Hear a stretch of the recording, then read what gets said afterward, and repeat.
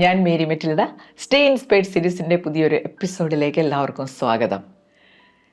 തിരുവോണപ്പൂലരി തൻ തിരുമുൽ കാഴ്ച വാങ്ങാൻ തിരുമുറ്റമണിഞ്ഞൊരുങ്ങി. എല്ലാവർക്കും ഹൃദയം നിറഞ്ഞ തിരുവോണാശംസകൾ. കുറച്ച് നേരത്തെ ആയിപ്പോയില്ലേ? എന്തായാലും തിരുവോണം കഴിഞ്ഞിട്ടേ നമ്മളിനി കാണുന്നുള്ളൂ. അപ്പോൾ കുറച്ച് നേരത്തെ ആശംസിച്ചെന്നേ ഉള്ളൂ. സത്യം പറഞ്ഞാൽ ഓണം ആശംസിക്കാനുള്ള ഒരു മൂഡിലൊന്നും അല്ല ഞാൻ. ഏതാനും ദിവസങ്ങൾക്ക് മുമ്പ് ഞങ്ങളുടെ കുടുംബത്തിലെ വളരെ പ്രിയപ്പെട്ട ഒരാൾ ഞങ്ങളെ വിട്ടുപിരിഞ്ഞു പോയി. എൻ്റെ മകളുടെ ഫാദർ ഇൻ ലോ ഫ്രാൻസിസ്. തീർത്തും അപ്രതീക്ഷിതമായിരുന്നു അദ്ദേഹത്തിൻ്റെ വിയോഗം. ചില ആളുകളെ നമ്മൾ കണ്ടിട്ടില്ലേ, അവർ ആ ജീവിക്കുന്ന കാലഘട്ടത്തിൽ എല്ലാവർക്കും സന്തോഷവും സ്നേഹവും ഒക്കെ വാരി വിതറിക്കൊണ്ട് നടന്നു നീങ്ങും. അതുമാത്രമല്ല, അവരുടെ ജീവിതത്തിലെ എല്ലാ റോളുകളും, കുടുംബത്തിലെ റോളുകൾ, ജോലിസ്ഥലത്തെ റോള്, സമൂഹത്തിലെ റോള്, ഇതെല്ലാം കൃത്യമായിട്ട് അവർ ചെയ്തു തീർക്കും.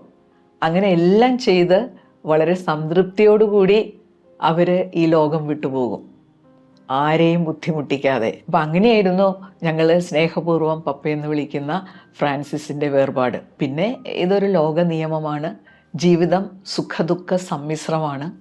പക്ഷേ നമുക്കെല്ലാവർക്കും ഒരു വേദനയുണ്ട് ഹൃദയത്തിൽ. എന്നാലും ആ വേദനയേക്കാൾ ഉപരിയായിട്ട് അദ്ദേഹത്തെക്കുറിച്ചുള്ള നല്ല സന്തോഷം തരുന്ന ഓർമ്മകളുമുണ്ട്. എൻ്റെ ബർത്ത്ഡേ ഓഗസ്റ്റ് 9 ഞാനൊരു വീഡിയോ ഒക്കെ ഇട്ടിരുന്നു. ഏകദേശം ആ സമയത്താണ് ഇതെല്ലാം സംഭവിച്ചത്. അതുകൊണ്ട് എനിക്ക് ജന്മദിനാശംസകൾ അയച്ച ആർക്കും മറുപടി തരാനൊന്നും പറ്റിയില്ല കേട്ടോ. എന്നാലും ഞാൻ മറുപടി അയക്കാൻ തുടങ്ങിയിട്ടുണ്ട്. ആ സമയത്ത് നമുക്ക് വല്ലാത്തൊരു മാനസികാവസ്ഥയായിരുന്നല്ലോ. ജന്മദിനാശംസകൾ അയച്ച എല്ലാവർക്കും ഒരുപാട് നന്ദി. ഇനി നമുക്ക് ഇന്നത്തെ വിഷയത്തിലേക്ക് കിടക്കാം. ഞാനൊരു വീഡിയോയ്ക്ക് കണ്ടന്റ് തയ്യാറാക്കുമ്പോൾ തീർച്ചയായിട്ടും എൻ്റെ പഴയ കാലം പെട്ടെന്ന് മനസ്സിലേക്ക് കടന്നു വരും. ഇന്നത്തെ ഒരു കാലഘട്ടത്തിലെ ആളുകൾക്ക് വേണ്ടിയിട്ടുള്ള വീഡിയോയുടെ കണ്ടന്റാണ് പ്രിപ്പയർ ചെയ്യുന്നത്. പക്ഷെ ഒരു കമ്പാരിസൺ എപ്പോഴും മനസ്സിലുണ്ടാവും. ഞങ്ങളുടെയൊക്കെ കാലഘട്ടത്തിൽ സങ്കടപ്പെടാൻ ഒരുപാട് കാരണങ്ങളുണ്ടായിരുന്നു കേട്ടോ. ഈ പഠിക്കുന്ന സമയത്ത് ജയവും തോൽവിയും ഒക്കെ ഉണ്ടാവും. നന്നായിട്ട് പഠിക്കുന്നവർ ജയിക്കും, ഉഴപ്പുന്നവർ തോറ്റുപോകും. റിസൾട്ട് വരുന്ന ദിവസം ഞങ്ങളെല്ലാവരും സ്കൂളിൽ ചെല്ലും. സ്കൂളിലെ ആ ഒരു സ്ക്രീനിൽ റിസൾട്ട് എഴുതി ഒട്ടിച്ചിട്ടുണ്ടാവും. അപ്പോൾ എല്ലാവരും വന്നിങ്ങനെ വായിക്കുമ്പോൾ ചിലരുടെ പേര് അതിനകത്തില്ല. അതായത് അവർ തോറ്റുപോയി. അവർ കുറച്ചൊക്കെ കരഞ്ഞു പിഴിഞ്ഞ് വീട്ടിലേക്ക് പോവും. അത് കഴിഞ്ഞ് സ്കൂൾ തുറക്കുമ്പോൾ തോറ്റ കുട്ടികളും ജയിച്ച കുട്ടികളും എല്ലാവരും ക്ലാസ്സിലെത്തും. അല്ലാതെ തോറ്റു എന്നും പറഞ്ഞ് വീട്ടിൽ ഒളിച്ചിരിക്കുന്ന പരിപാടിയൊന്നുമില്ല. എന്നിട്ട് ടീച്ചർ ക്ലാസ്സിൽ വന്നിട്ട് ജയിച്ച കുട്ടികളുടെ പേര് വിളിച്ചിട്ട് അവരെ അടുത്ത ക്ലാസ്സിലേക്ക് കൊണ്ടുപോകും.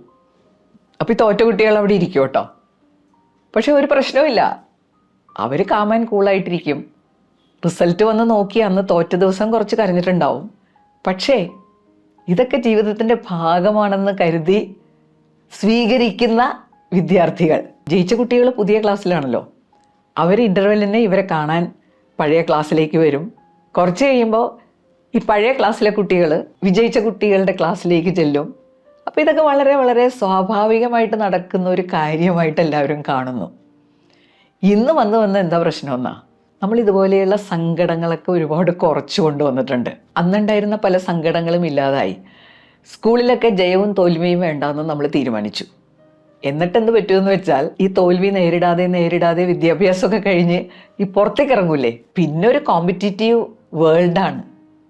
അവിടെ ജയമുണ്ട്, തോൽവിയുണ്ട്. പലരും അതിനെയൊക്കെ ഫേസ് ചെയ്യാൻ പറ്റാത്ത ഒരു സ്ഥിതിയിലായി മാറുന്നു. അപ്പം ഞാൻ വിചാരിക്കാറുണ്ട്, നമ്മളെന്ത് ധൈര്യത്തിനാണ് ഈ കുട്ടികളെ തോൽവിയൊന്നും അറിയിക്കാതെ വളർത്തി വരുന്നത്? എത്ര കാലം വരെ ഇവരെ ഇങ്ങനെ വളർത്താൻ നോക്കും? അപ്പോൾ ഇന്നത്തെ സിനാരിയോയിൽ നമ്മൾ കാണുന്ന ചില പ്രത്യേകതകളുണ്ട്. സങ്കടപ്പെടാൻ ഒരു കാരണവുമില്ലെങ്കിലും സന്തോഷിക്കാൻ പറ്റാത്ത കുറേ അധികം ആളുകളുണ്ട്. അപ്പോൾ ഡിപ്രഷൻ എന്നുള്ള വാക്ക് നമുക്ക് എല്ലാവർക്കും അറിയാം. ഡിപ്രഷനെക്കുറിച്ച് എല്ലാവർക്കും സാമാന്യ വിവരമുണ്ട്, ജ്ഞാനമുണ്ട്. പ്രത്യേകിച്ച് സങ്കടപ്പെടാൻ ഒരു കാരണമില്ലെങ്കിലും സന്തോഷിക്കാൻ പറ്റാത്ത ഒരുപാട് ആളുകൾ ഇന്നത്തെ ലോകത്തുണ്ട്. സന്തോഷിക്കാൻ പറ്റില്ല എന്ന് മാത്രമല്ല, അവർ ഡിപ്രഷൻ്റെ ചില അവസ്ഥകളിലൂടെ കടന്നു പോകും. വന്ന് ഡിപ്രഷനൊക്കെ കൊച്ചുകുട്ടിക്ക് പോലും അറിയാം. നമ്മൾ കഴിയുന്നതും ഒതുങ്ങിക്കൂടുന്ന അവസ്ഥ, ഒന്നും ചെയ്യാൻ താല്പര്യമില്ല, ഒരു എനർജി ഇല്ല, സന്തോഷം എന്നുള്ളൊരു മാനസികാവസ്ഥ നമുക്കില്ല. ഈ സന്തോഷം ഉണ്ടാകുമ്പോഴാണ് നമുക്ക് ഉന്മേഷം ഉണ്ടാകുന്നത്, ഉത്സാഹം ഉണ്ടാകുന്നത്. അപ്പോൾ ഇതൊന്നുമില്ലാത്ത ഒരവസ്ഥ, ജീവിതത്തിൽ ഒരർത്ഥം കാണാൻ പറ്റുന്നില്ല, ചെറിയ കാര്യങ്ങൾക്കൊക്കെ മൂഡ് വേരിയേഷൻ, എപ്പോഴും ഇറിറ്റേഷൻ, ആളുകളോട് അകാരണമായിട്ട് ദേഷ്യപ്പെടുക, പിന്നെ ഉറക്കമില്ല, അങ്ങനെ ഒരു വല്ലാത്ത അവസ്ഥയിലൂടെ കടന്നു പോകുന്നു. എന്നാൽ എത്ര ആലോചിച്ചാലും നമുക്ക് പിടികിട്ടില്ല, സങ്കടപ്പെടാനുള്ള കാരണമൊന്നുമില്ല. പക്ഷേ എന്തേ എനിക്കിങ്ങനെ സംഭവിക്കുന്നു? നമ്മൾ അറിഞ്ഞിരിക്കേണ്ട ഒരു കാര്യമുണ്ട് കേട്ടോ. ശരീരത്തിൻ്റെ അവസ്ഥകളെക്കുറിച്ചൊക്കെ നമ്മൾ പല കാര്യങ്ങളും പഠിച്ചിട്ടുണ്ട്, അറിഞ്ഞിട്ടുണ്ട്. അതുപോലെ തന്നെ മനസ്സിൻ്റെ ചില പ്രത്യേകതകൾ നമ്മൾ അറിയണം. അതിലേറ്റവും പ്രധാനമായിട്ടുള്ള ഒന്നാണ് കോമ്പൗണ്ടിങ് ഇഫക്റ്റ്. കോമ്പൗണ്ടിങ് ഇഫക്റ്റ് എന്ന് പറഞ്ഞു കഴിഞ്ഞാൽ നമ്മൾ ദിവസേന ചെയ്യുന്ന ചെറിയ ചെറിയ കാര്യങ്ങളുടെ ഒരു റിസൾട്ട് ഇങ്ങനെ കൂടിക്കൂടി അവസാനം ഒരു വലിയൊരു റിസൾട്ടിലേക്ക് നമ്മൾ വന്നെത്തും. അത് ചിലപ്പോൾ ഇതുവരെ നമ്മൾ കാണാത്ത, അനുഭവിക്കാത്ത ഒരു റിസൾട്ടായിരിക്കും. പക്ഷേ ഇതിലേക്ക് എത്തുന്ന ആ പ്രോസസ്സ് നമ്മൾ അറിയേയില്ല. കൊച്ചു കൊച്ചു കാര്യങ്ങൾ ചെയ്തിട്ടാണ് നമ്മൾ മുന്നോട്ട് പോകുന്നത്. അപ്പോൾ ഈ പറഞ്ഞ ആ വ്യത്യാസമില്ലേ, ആ വലിയ മാറ്റം, അത് പോസിറ്റീവ് ആകണമെന്ന് ഒരു നിർബന്ധവും, അത് നെഗറ്റീവുമാകാം. അപ്പം ഇപ്പം പറഞ്ഞ ഒരവസ്ഥയില്ലേ, ഈ അവസ്ഥയ്ക്ക് കാരണം ഒരു കോമ്പൗണ്ടിങ് ഇഫക്റ്റാണ്. നമ്മൾ അറിയാതെ ചെയ്തു പോകുന്ന കൊച്ചു കൊച്ചു മൈക്രോ ഹാബിറ്റ്സ് എന്ന് പറയും. നമ്മുടെ ചില കൊച്ചു ശീലങ്ങൾ, വലിയ എഫേർട്ടിട്ട് നമ്മൾ ഉണ്ടാക്കുന്ന ശീലങ്ങളൊന്നുമല്ല, വളരെ സിമ്പിളായിട്ട് നമ്മുടെ ഭാഗമായി മാറിയിട്ടുള്ള ചില മൈക്രോ ഹാബിറ്റ്സ്. ഈ ശീലങ്ങൾ കൊണ്ട് നമ്മുടെ ജീവിതത്തിൽ ചെറിയ ചെറിയ വ്യത്യാസങ്ങളുണ്ടാവും. ആ വ്യത്യാസങ്ങളെല്ലാം കൂടി അക്യുമുലേറ്റ് ചെയ്ത് ഒരു വലിയ വ്യത്യാസത്തിലേക്ക് ചെന്നെത്തും. അത് നെഗറ്റീവായ ചേഞ്ച് ആകുമ്പോഴാണ് നമ്മൾ ഈ നേരത്തെ പറഞ്ഞ അവസ്ഥയിലേക്ക് എത്തുന്നത്. ഏതൊക്കെ മൈക്രോ ഹാബിറ്റ്സിൻ്റെ ആ ഒരു കോമ്പൗണ്ടിങ് ഇഫക്റ്റാണ് നമ്മളെ എത്തിക്കുന്നതെന്ന് നോക്കാം. അപ്പോൾ ഇത് അറിഞ്ഞു കഴിഞ്ഞാലുള്ള ഗുണം എന്താണെന്ന്, ഇതെല്ലാം മൈക്രോ ഹാബിറ്റ്സ് ആണ്, നമുക്ക് വളരെ സിമ്പിളായിട്ട് മാറ്റാവുന്ന കാര്യങ്ങളാണ്. പക്ഷെ പലപ്പോഴും നമുക്ക് സംഭവിക്കുന്നത് നമ്മൾ ഇതിനെക്കുറിച്ച് അവെയറല്ല. അങ്ങനെയാണല്ലോ നമ്മുടെ ജീവിതത്തിലെ ഒരു ദുരന്തം. നമ്മുടെ മനസ്സിലൂടെ കടന്നു പോകുന്ന കാര്യങ്ങളെക്കുറിച്ച് പോലും, നമ്മുടെ സ്വന്തം മനസ്സിലൂടെയാണ് കടന്നു പോകുന്നത്, ആ കാര്യങ്ങളെക്കുറിച്ച് പോലും നമ്മൾ അവെയറല്ല. പലപ്പോഴും എന്തൊക്കെയോ ചിന്തിച്ചു കൂട്ടുന്നു, എന്തൊക്കെയോ ചെയ്തു പോകുന്നു. ഈ ലെവലിൽ നമ്മൾ എത്തുന്നതേ അത്ര ആരോഗ്യകരമല്ല. അപ്പോൾ ഇന്നത്തെ വീഡിയോയിൽ നമ്മൾ ചർച്ച ചെയ്യാൻ പോകുന്നത് നമ്മൾ എടുത്തു മാറ്റേണ്ട ഈ മൈക്രോ ഹാബിറ്റ്സ് ആണ്. നമ്മൾ എന്തൊക്കെയാണ് നിരന്തരം ഇങ്ങനെ ചെയ്ത് നമ്മളെ തന്നെ ഈ അവസ്ഥയിലേക്ക് എത്തിക്കുന്നത്, പകരം നമ്മൾ എന്താണ് ചെയ്യേണ്ടത്? അപ്പോൾ ഇക്കാര്യങ്ങളാണ് നമ്മൾ ഇന്നത്തെ വീഡിയോയിലൂടെ ചർച്ച ചെയ്യുന്നത്. ഒന്നാമത്തെ മൈക്രോ ഹാബിറ്റ് എന്താണെന്നോ, ചെറിയ കുഴപ്പങ്ങൾ വന്നാലും അത് ജനറലൈസ് ചെയ്തിട്ട് എല്ലാം അങ്ങനെ തന്നെയാണ്, എല്ലാം കുഴപ്പമാണെന്ന നിഗമനത്തിലെത്തുക. അത് ബ്രെയിനിനെ ഒരുപാട് പ്രശ്നത്തിലാക്കുന്ന ഒന്നാണ്. അത് നമ്മളെ ഒരു നിസ്സഹായ അവസ്ഥയിലേക്ക് എത്തിക്കും അല്ലേ. 90% ആളുകൾ നല്ലവരാണെന്ന് വിചാരിക്കുക, ഒരു 10% കുഴപ്പക്കാരുണ്ട്. അപ്പോൾ ഈ ഹാബിറ്റുള്ളവർ എന്ത് ചെയ്യുമെന്നാ, ഈ 10% ജനറലൈസ് ചെയ്തിട്ട് എല്ലാ ആളുകളും കുഴപ്പക്കാരാണ്, അങ്ങനെ ഒരു നിഗമനത്തിലെത്തും. അപ്പോൾ നമുക്ക് ജീവിക്കാനുള്ള ആവേശം കുറയും. ആളുകളെ ട്രസ്റ്റ് ചെയ്താലല്ലേ നമുക്ക് ജീവിക്കാൻ പറ്റുള്ളൂ. നല്ലവരായ ആളുകളുടെ നന്മ കണ്ടെത്താൻ പറ്റിയില്ലെങ്കിൽ നമുക്ക് സന്തോഷിക്കാൻ പറ്റുമോ? നമ്മളെപ്പോഴും വിഷമാവസ്ഥയിലായിരിക്കും. എല്ലാവരും കുഴപ്പക്കാരാണ്, നോക്കിയും കണ്ടും നിന്നില്ലെങ്കിൽ എല്ലാവരും പാര വെക്കും. ഈ ഒരു ഫീലിങ്ങോടുകൂടി ജീവിച്ചു കഴിഞ്ഞാൽ പിന്നെ ഡിപ്രസ്ഡ് അവസ്ഥയിൽ നമ്മൾ എത്തിയില്ലെങ്കിലേ അത്ഭുതമുള്ളൂ. സെക്കൻഡ് മൈക്രോ ഹാബിറ്റ്, ഇപ്പോൾ ഓണമല്ലേ, എല്ലാവരും ഡിസ്കൗണ്ട് റേറ്റിൽ പല സാധനങ്ങളും വാങ്ങിക്കാണും. ഈ ഡിസ്കൗണ്ട് റേറ്റ് എന്ന് വെച്ചാൽ ആക്ച്വൽ വിലയേക്കാളിലും കുറഞ്ഞ ഒരു റേറ്റിൽ നമ്മൾ സാധനങ്ങൾ വാങ്ങുന്നു. നമുക്ക് നല്ല സന്തോഷമാണ് ഡിസ്കൗണ്ട് റേറ്റിൽ സാധനങ്ങൾ വാങ്ങുമ്പോൾ. ഇവിടുത്തെ കാര്യം എന്താണെന്നോ, ഡിസ്കൗണ്ടിങ് തന്നെയാണ്. പക്ഷേ ഇവർ ഡിസ്കൗണ്ട് ചെയ്യണത് എന്തിനെയാണെന്നോ, അവരുടെ അച്ചീവ്മെൻറ്റ്സിനെ. അതായത് നമുക്ക് ജീവിതത്തിൽ നല്ല കാര്യങ്ങൾ സംഭവിക്കുമ്പോൾ, നേട്ടങ്ങളൊക്കെ ഉണ്ടാവുമ്പോൾ അതിനെ അവർ ഡിസ്കൗണ്ട് റേറ്റ് ഇടും. ഉദാഹരണത്തിന് ഞാൻ ഒരാളോട് പറയാണ്, നിങ്ങളുടെ പാട്ട് അസലായിട്ടോ. അപ്പോൾ അയാൾ ഉടനെ പറയുന്നത് എന്താണെന്നോ, ഓ അത് പിന്നെ സൗണ്ട് സിസ്റ്റം നല്ലതായിരുന്നു, അതുകൊണ്ട് പാട്ട് അങ്ങനെയായെന്നേ ഉള്ളൂ. അല്ലെങ്കിൽ ആ പാട്ട് പിന്നെ അങ്ങനെയാണ്, ആര് പാടിയാലും അത് അങ്ങനെയായിരിക്കും. നല്ലൊരു ജോലി കിട്ടിയ ഒരാളെ നമ്മൾ അഭിനന്ദിക്കുമ്പോൾ അയാൾ പറയാണ്, ഓ അതൊക്കെ ആർക്ക് വേണമെങ്കിലും കിട്ടുന്ന ഒരു ജോലിയല്ലേ, ഇതിനകത്ത് എന്താ ഇത്ര വലിയ കാര്യം? അപ്പോൾ അവിടെ ഏറ്റവും വലിയ പ്രശ്നമെന്ന് പറഞ്ഞു കഴിഞ്ഞാൽ നമ്മുടെ ബ്രെയിനിനകത്ത് ഒരു റിവാർഡിങ് സിസ്റ്റം ഉണ്ട്, നമ്മളെ ഹാപ്പി ആക്കാൻ ഉള്ളൊരു സംവിധാനമാണ്. അതുപോലെ തന്നെ ഡോപ്പമൈൻ എന്ന് പറഞ്ഞൊരു ഹാപ്പി ഹോർമോൺ ഉണ്ട്. അച്ചീവ്മെൻ്റ് ഉണ്ടാകുമ്പോൾ ആ ഹാപ്പി ഹോർമോൺ ആക്ടിവേറ്റഡ് ആവും. നമ്മളിങ്ങനെയൊക്കെ പറയാൻ തുടങ്ങിക്കഴിഞ്ഞാൽ, ഇങ്ങനെ ചിന്തിക്കാൻ തുടങ്ങിയാൽ അങ്ങനെയുള്ള മെക്കാനിസത്തിനെയൊക്കെ നമ്മൾ ബ്ലോക്ക് ചെയ്യാണ്. പിന്നെ എങ്ങനെ സന്തോഷിക്കാനൊക്കും? സന്തോഷിക്കാൻ പറ്റാത്തൊരവസ്ഥ നമ്മൾ ഡിപ്രഷനിലേക്ക് കൊണ്ടുചെന്ന് എത്തിക്കും. പിന്നെ ഇവിടെ വേറെ ഒരു പ്രശ്നം എന്താണെന്നോ, നമുക്കൊരു വിജയം ഉണ്ടാകുമ്പോൾ അത് പല ആളുകളുടെയും സഹായത്തോടു കൂടിയാണ് നമ്മളൊരു വിജയത്തിലേക്ക് എത്തുന്നത്. അപ്പം അതിനെ നിസ്സാരവൽക്കരിക്കുമ്പോൾ അവരുടെ ആ ഒരു സപ്പോർട്ടിനെയും നമ്മൾ നിസ്സാരവൽക്കരിക്കുകയാണ്. ഇതിനകത്തൊന്നും വലിയ കാര്യമില്ല. അപ്പോൾ നമ്മൾ ഇതിനു വേണ്ടി സപ്പോർട്ട് ചെയ്ത ആളുകളുടെ ഫീലിങ്സ് ഒന്ന് നോക്കിയേ. അപ്പോൾ ഇത് ഗ്രാറ്റിറ്റ്യൂഡ് ഇല്ലാത്തൊരവസ്ഥയാണ്. ഞാൻ ദൈവവിശ്വാസി ആയതുകൊണ്ട് ഞാൻ വിശ്വസിക്കുന്ന ഒരു കാര്യമുണ്ട്, ഇങ്ങനെ എപ്പോഴും ഡിസ്കൗണ്ട് ചെയ്ത് നടന്നാൽ അതൊരു ദൈവനിന്ദയും കൂടിയല്ലേ. ദൈവത്തിൻ്റെ ഒരു ബ്ലെസ്സിങ് ഇതിനകത്ത് ഉണ്ടാകുമെന്നാണ് എൻ്റെ വിശ്വാസം. നമ്മുടെ ഓരോ വിജയത്തിലും ഇതിലൊന്നും വലിയ കാര്യമില്ല എന്ന് പറഞ്ഞു കഴിഞ്ഞാൽ അത് ദൈവത്തിനെതിരെയുള്ള ഒരു പ്രസ്താവനയായിട്ട് എനിക്ക് തോന്നാറുണ്ട്. പാട്ട് നന്നായിരുന്നു എന്ന് ഒരാൾ നമ്മളോട് പറയുമ്പോൾ എന്ത് ചെയ്യണം? താങ്ക് യു വെരി മച്ച്, ഇതല്ലേ നമ്മൾ പറയേണ്ടത്. Micro habit number 3. ചില ആളുകളുടെ പ്രശ്നം എന്താണെന്നോ, അവരെപ്പോഴും അവരെ തന്നെ ഇങ്ങനെ ക്രിട്ടിസൈസ് ചെയ്തുകൊണ്ടിരിക്കും. Self criticism. നമുക്കൊരു കാര്യം അറിയാവുന്നത്, ക്രിറ്റിസിസം നമുക്ക് ആർക്കും ഇഷ്ടമല്ല. നമ്മളെ ഒരുപാട് തളർത്തിക്കളയുന്ന ഒന്നാണ്. ഇവർ വേറെ ആരെയല്ല ക്രിറ്റിസൈസ് ചെയ്യുന്നത്, സെൽഫ് ക്രിറ്റിസിസം. ഞാൻ ഇങ്ങനൊരു ഫൂളായി പോയല്ലോ, ഞാൻ ഇങ്ങനെ ഒരു മിസ്റ്റേക്ക് വരുത്തിയല്ലോ. ഈ ലോകത്ത് തെറ്റുവരിക എന്നുള്ളത് മനുഷ്യ സഹജമാണ്. ഒരു തെറ്റ് സംഭവിക്കാത്തൊരവസ്ഥയില്ല. അപ്പം നമുക്ക് എന്തെങ്കിലുമൊക്കെ മിസ്റ്റേക്ക് വന്നു കഴിഞ്ഞാൽ ഉടനെ നമ്മളെ ഭീകരമായിട്ട് വിമർശിക്കുക.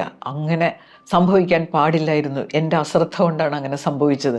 ഇങ്ങനെ നിരന്തരം നമ്മളെക്കുറിച്ച് ഇങ്ങനെ ക്രിട്ടിസൈസ് ചെയ്തുകൊണ്ടിരിക്കുക. അങ്ങനെ നമ്മുടെ ഭാഗത്ത് നിന്ന് എന്തെങ്കിലും സംഭവിച്ചു കഴിഞ്ഞാൽ ഞാനെന്ത് ഫൂളാണ്, ഞാനെന്ത് ഇഡിയറ്റാണ്, ഇങ്ങനെയൊന്നും പറയേണ്ട കാര്യമില്ലല്ലോ. നമ്മളെന്ത് ചെയ്യണം? എനിക്കൊരു പ്രശ്നം ഉണ്ടായി, അതെങ്ങനെ സോൾവ് ചെയ്യാം, അല്ലെങ്കിൽ ഈ തെറ്റെങ്ങനെ തിരുത്താൻ പറ്റാത്ത തെറ്റാണെങ്കിൽ ആവർത്തിക്കാതിരിക്കാൻ എന്ത് ചെയ്യണം? ഒരു കാര്യം നമുക്ക് പ്രാക്ടീസ് ചെയ്യാവുന്നത്, develop the habit of self appreciation. നമ്മളിലുള്ള നന്മ കണ്ടിട്ട് അത് അപ്രീഷിയേറ്റ് ചെയ്യുന്ന ഒരു രീതിയിലേക്ക് എത്തുക. നമുക്കൊരുപാട് സ്ട്രെങ്ത് ഇല്ലേ, അത് നമ്മളോട് തന്നെ പറയാം. I am intelligent, I am happy, I am energetic, I am smart. Appreciation നമുക്ക് എപ്പോഴും എനർജി തരുന്ന ഒന്നാണ്. പക്ഷെ കാലാകാലങ്ങളായിട്ട് നമ്മൾ കണ്ടീഷൻഡ് ആയിട്ടുള്ളൊരു അവസ്ഥയുണ്ട്. ഇങ്ങനെയൊക്കെ പറയണത് പൊങ്ങച്ചോണ്, മറ്റുള്ളവരോട് ഇങ്ങനെയൊന്നും സംസാരിക്കരുതെന്നായിരിക്കും നമ്മൾ പഠിച്ചിട്ടുണ്ടാവുക. പക്ഷെ നമുക്ക് നമ്മളെ തന്നെ അപ്രീഷിയേറ്റ് ചെയ്യാൻ അവകാശമുണ്ട്. അതുമാത്രമല്ല, അപ്രീസിയേഷൻ എന്നുള്ളത് വലിയൊരു മോട്ടിവേഷൻ ടെക്നിക്കാണെന്ന് നമ്മൾ പഠിച്ചിട്ടില്ലേ. അപ്പം മറ്റുള്ളവരെ അപ്രീഷിയേറ്റ് ചെയ്യാൻ മാത്രമല്ല, നമുക്ക് നമ്മളോടും ഒരു ഉത്തരവാദിത്വമുണ്ട്. So practice self appreciation. Micro habit number 4. നമുക്കൊരു വിഷമം ഉണ്ടാകുന്നു. അപ്പോൾ വിഷമത്തോടനുബന്ധിച്ച് നമുക്ക് ഫീലിങ്സ് ഉണ്ടാവും. ആ ഫീലിങ്സ് നമുക്ക് എക്സ്പ്രസ് ചെയ്യാനുള്ള ചില മാർഗങ്ങളുണ്ടാവും. ചിലർ ഇതെല്ലാം സപ്രസ് ചെയ്ത് കളയും. സപ്രസ് ചെയ്യാൻ അവർ ഉപയോഗിക്കുന്ന ഒരു മാർഗം എന്താണെന്നോ, എനിക്കൊരു പ്രോബ്ലം ഉണ്ടാകുമ്പോൾ ആ പ്രോബ്ലത്തിൽ നിന്ന് ഞാൻ അങ്ങോട്ട് ഡിസ്ട്രാക്റ്റഡ് ആകുക, അതിനൊരു വഴിക്ക് വിട്ടിട്ട് ഞാൻ വേറെ വല്ല വഴിക്കും പോവുക, അങ്ങനെ ഒരു പ്രോബ്ലമേ ഇല്ലെന്നുള്ള മട്ടിൽ അങ്ങോട്ട് നടക്കുക. അത് ചിലരുടെ രീതിയാണ്. അതും നമ്മുടെ സന്തോഷം പതിയെ ഇല്ലാതാക്കും. കാരണം നമ്മൾ പ്രോബ്ലം സോൾവ് ചെയ്തിട്ടില്ല, നമ്മളൊന്ന് അതിൽ നിന്ന് വ്യതിചലിക്കാൻ ശ്രമിച്ചു, ഒരു ഡിസ്ട്രാക്ഷൻ മോഡിലേക്ക് നമ്മൾ വന്നു. ഒരു വിഷമാവസ്ഥ വരുമ്പോൾ നമുക്ക് സങ്കടം ഉണ്ടാവും, നമുക്ക് കരച്ചിൽ വരും. കരഞ്ഞോ, ഒരു കുഴപ്പമില്ല. കരച്ചിലിന് ശേഷം നമ്മൾ എന്ത് ചെയ്യണം? നമ്മൾ ചിന്തിക്കണം, ഇങ്ങനൊരു സങ്കടാവസ്ഥ എനിക്കുണ്ടായി, അതെന്തുകൊണ്ടുണ്ടായി, കാരണങ്ങൾ കണ്ടെത്തി അതിനെങ്ങനെ പരിഹാരം ഉണ്ടാക്കാം. അപ്പോൾ പ്രോബ്ലം ഇങ്ങനെ ഒഴിവാക്കി, പ്രോബ്ലം സോൾവ് ചെയ്യാതെ ഒഴിവാക്കി വരുമ്പോൾ നമ്മൾ പതിയെ സന്തോഷിക്കാൻ പറ്റാത്ത ഒരവസ്ഥയിലേക്ക് എത്തും. സങ്കടവും ഇല്ല, സന്തോഷവും ഇല്ലാത്ത അവസ്ഥ. സങ്കടമൊക്കെ സപ്രസ് ചെയ്ത് വെച്ചിരിക്കുകയാണ്. നമുക്ക് സ്വാഭാവികമായിട്ട് പല കാര്യങ്ങൾക്കും ഫീലിങ്സ് ഉണ്ടാവും, ഇമോഷൻസ് ഉണ്ടാവും. അതിനെ സപ്രസ് ചെയ്യാതെ അതിനെ റിലീസ് ചെയ്യുക, അതിനുശേഷം അതിനെങ്ങനെ മാനേജ് ചെയ്യാൻ പറ്റുമെന്ന് ചിന്തിക്കുക. 5ാമത്തെ മൈക്രോ ഹാബിറ്റ് എന്ന് പറഞ്ഞാൽ, നമ്മൾ പല കാര്യങ്ങളിൽ നിന്നും ഇങ്ങനെ പെട്ടെന്ന് വിഡ്രോ ചെയ്യുന്ന ഒരു ശീലം. പല ആളുകളുമായിട്ടും പറഞ്ഞു വെച്ചിരുന്ന ഒരു കാര്യം ആ ദിവസം എടുക്കുമ്പോൾ ഞാനില്ല. തലേ ദിവസം വരെ ചിലപ്പോൾ കാര്യങ്ങളെല്ലാം ചെയ്യാൻ വേണ്ടി മുന്നിട്ടിറങ്ങിയ ആളായിരിക്കും. ആ സമയമാകുമ്പോൾ വിഡ്രോ ചെയ്യുക. ക്വിറ്റിംഗ് നേച്ചർ എന്ന് പറയും ഇതിനെ. നമ്മൾ കേട്ടിട്ടുള്ളൊരു വാചകമുണ്ട്, winners never quit and quitters never win. കഴിയുന്നത് നമ്മൾ നേരത്തെ ഏറ്റെടുത്ത കാര്യങ്ങൾ, ചെയ്യണമെന്ന് തീരുമാനിച്ചുറച്ച കാര്യങ്ങളിൽ നിന്ന് മാറാതിരിക്കുക. ഒരു പ്രൊക്രാസ്റ്റിനേഷൻ ലെവലിലുള്ള കാര്യമല്ല കേട്ടോ. നമ്മൾ കൊച്ചു കൊച്ചു കാര്യങ്ങൾ കുറച്ച് കഴിഞ്ഞിട്ട് ചെയ്യാമെന്ന് വിചാരിക്കുന്ന പോലെയല്ല. നമ്മുടെ ഒരു സന്തോഷത്തിന് വേണ്ടി, മറ്റുള്ളവരുടെ സന്തോഷത്തിന് വേണ്ടി നമ്മൾ പ്ലാൻ ചെയ്ത കാര്യങ്ങൾ. ചിലപ്പോൾ ഒരു യാത്ര പോകാനാകാം. ആ ദിവസമാകുമ്പോൾ ഞാനില്ല കേട്ടോ, നിങ്ങളെല്ലാവരും കൂടി പോയിക്കോ. എന്താ കാര്യമെന്ന് ചോദിച്ചാൽ നമുക്ക് പ്രത്യേകിച്ച് കാരണമൊന്നുമില്ല. അതൊരു ഹാബിറ്റായി മാറുക. പതുക്കെ പതുക്കെ നമ്മളെല്ലാത്തിൽ നിന്നും മാറി നിൽക്കുന്ന ഒരവസ്ഥ, അത് വലിയ അപകടകരമാണ്. ചില ഫാമിലി ഫങ്ഷൻസ് വരുന്നു, ഞാൻ പോകുന്നില്ല. പഴയ സ്കൂൾ മേറ്റ്സ് എല്ലാവരും കൂടി ഒത്തുകൂടുന്നു, ഞാനില്ല. ഈ മൈക്രോ ഹാബിറ്റ് വലിയ പ്രശ്നം ഉണ്ടാക്കും. പതുക്കെ പതുക്കെ ഇത് കോമ്പൗണ്ട് ചെയ്ത് പല കാര്യങ്ങളും പതുക്കെ പതുക്കെ ഒഴിവാക്കി പിന്നെ നമ്മൾ നേരത്തെ പറഞ്ഞ പോലെ വലിയൊരു തലത്തിലേക്ക് അത് എത്തും. സന്തോഷിക്കാനുള്ള വഴികൾ നമ്മളിങ്ങനെ അടച്ചടച്ചടച്ച് നമുക്ക് ഒരു സന്തോഷവും തോന്നില്ല, ഒരു എനർജിയും തോന്നില്ല, ഒരു ഉന്മേഷവും ഇല്ല. അതിൻ്റെ ആവശ്യമില്ലല്ലോ. Micro habit number 6, over thinking. അതിനെക്കുറിച്ചൊക്കെ നമ്മളൊരു വീഡിയോ ഇട്ടിട്ടുണ്ട്. ഇതൊരു വല്ലാത്ത ഹാബിറ്റാണല്ലേ. ഓവർ തിങ്കിങ് എന്ന് പറഞ്ഞാൽ എന്താ? നമുക്ക് ഹാനികരമാകുന്ന രീതിയിൽ ചിന്തിച്ചുകൊണ്ടിരിക്കുക. ചില മാനസികമായ കഴിവുകളുണ്ട്. അതിലൊന്നാണ് മെറ്റാ കൊഗ്നിറ്റീവ് എബിലിറ്റി എന്ന് പറയും. Thinking about thinking. നമ്മൾ ചിന്തിച്ചു കൊണ്ടിരിക്കുന്നതിനെ പറ്റി ചിന്തിക്കാനുള്ള കഴിവ്. ഇത് ഇങ്ങനൊരു കഴിവ് നമുക്കുണ്ട്. പക്ഷേ ഈ കഴിവ് നമ്മൾ പലപ്പോഴും പ്രയോജനപ്പെടുത്താറില്ല. ഈ കഴിവ് പ്രയോജനപ്പെടുത്തിയിരുന്നെങ്കിൽ നമുക്ക് ഹാനികരമായ രീതിയിൽ നമ്മൾ ചിന്തിക്കില്ല. നമ്മൾ ഉടനെ തന്നെ അതിന് കടിഞ്ഞാണ്ടിടും. ഈ ചിന്ത ശരിയല്ല, സപ്രസ് ചെയ്യല്ല, നമ്മളത് ശരിയല്ല എന്ന് സ്ഥാപിച്ച് നമുക്ക് ഗുണകരമായ രീതിയിൽ നമ്മൾ ചിന്തിക്കും. പക്ഷെ പലപ്പോഴും നമ്മുടെ മനസ്സിലൂടെ കടന്നു പോകുന്ന ചിന്തകളെക്കുറിച്ച് നമുക്ക് യാതൊരു ബോധവും ഇല്ല. അതിങ്ങനെ കടിഞ്ഞാണില്ലാത്ത കുതിരകളെപ്പോലെ ഇങ്ങനെ പാഞ്ഞു പോയിക്കൊണ്ടിരിക്കുകയാണ്. അപ്പോൾ ഈ ഒരു കഴിവ് അവിടെ പ്രയോജനപ്പെടുത്തണം. Micro habit number 7, അതെന്താണെന്നറിയാമോ?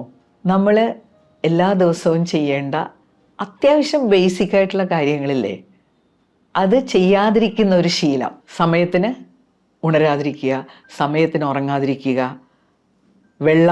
ആവശ്യത്തിന് വെള്ളം കുടിക്കാതിരിക്കുക, പോഷകാംശങ്ങളുള്ള ഭക്ഷണം കഴിക്കാതിരിക്കുക. അതായത് വളരെ ബേസിക്കായിട്ട് നമ്മളെ സപ്പോർട്ട് ചെയ്യുന്ന കാര്യങ്ങൾ, അത് ചെയ്യാതെ ഒരു നിവൃത്തിയില്ല. പക്ഷേ അക്കാര്യങ്ങളിൽ വീഴ്ച വരുത്തുന്ന ഒരു ശീലം. ഈ ശീലങ്ങളൊക്കെ ഉണ്ടെങ്കിൽ നമുക്ക് സങ്കടപ്പെടാൻ കാരണങ്ങളില്ലെങ്കിലും നമ്മൾ ആ ഡിപ്രഷൻ്റെ ഭാവങ്ങളിലൂടെയൊക്കെ കടന്നു പോകും. ഇങ്ങനെയൊക്കെ ആയാൽ നമുക്ക് ഉന്മേഷം ഉണ്ടാവുകയോ ഉത്സാഹം ഉണ്ടാവുകയോ, ജീവിതത്തോട് മൊത്തം ഒരു വിരക്തിയായിരിക്കും, ആളുകളോട് ദേഷ്യമായിരിക്കും. നമ്മൾ വേണ്ട കാര്യങ്ങൾ വേണ്ട സമയത്ത് ചെയ്തില്ലെങ്കിൽ നമ്മൾ വല്ലാത്തൊരു അവസ്ഥയിലാവില്ലേ? അപ്പം എന്തായാലും നമുക്ക് തീരുമാനിക്കാമല്ലേ, നമ്മളിങ്ങനെ പൊരുതിക്കൊണ്ടേയിരിക്കും. നമുക്ക് കിട്ടിയുള്ള സൗഭാഗ്യങ്ങൾ നമ്മളായിട്ട് വേണ്ടാന്ന് വെക്കുന്ന പ്രശ്നമില്ല. അതെന്തായാലും തീരുമാനിക്കണം, മുന്നോട്ട് പോകണം. ഈ വീഡിയോ നിങ്ങൾക്ക് പ്രയോജനപ്പെട്ടെന്ന് ഞാൻ കരുതുന്നു. അപ്പോൾ എല്ലാവരും ഓണമൊക്കെ നന്നായിട്ട് ആഘോഷിക്കൂ. അടുത്ത ആഴ്ച പുതിയൊരു വീഡിയോയുമായിട്ട് നമുക്ക് വീണ്ടും കാണാം. Thank you.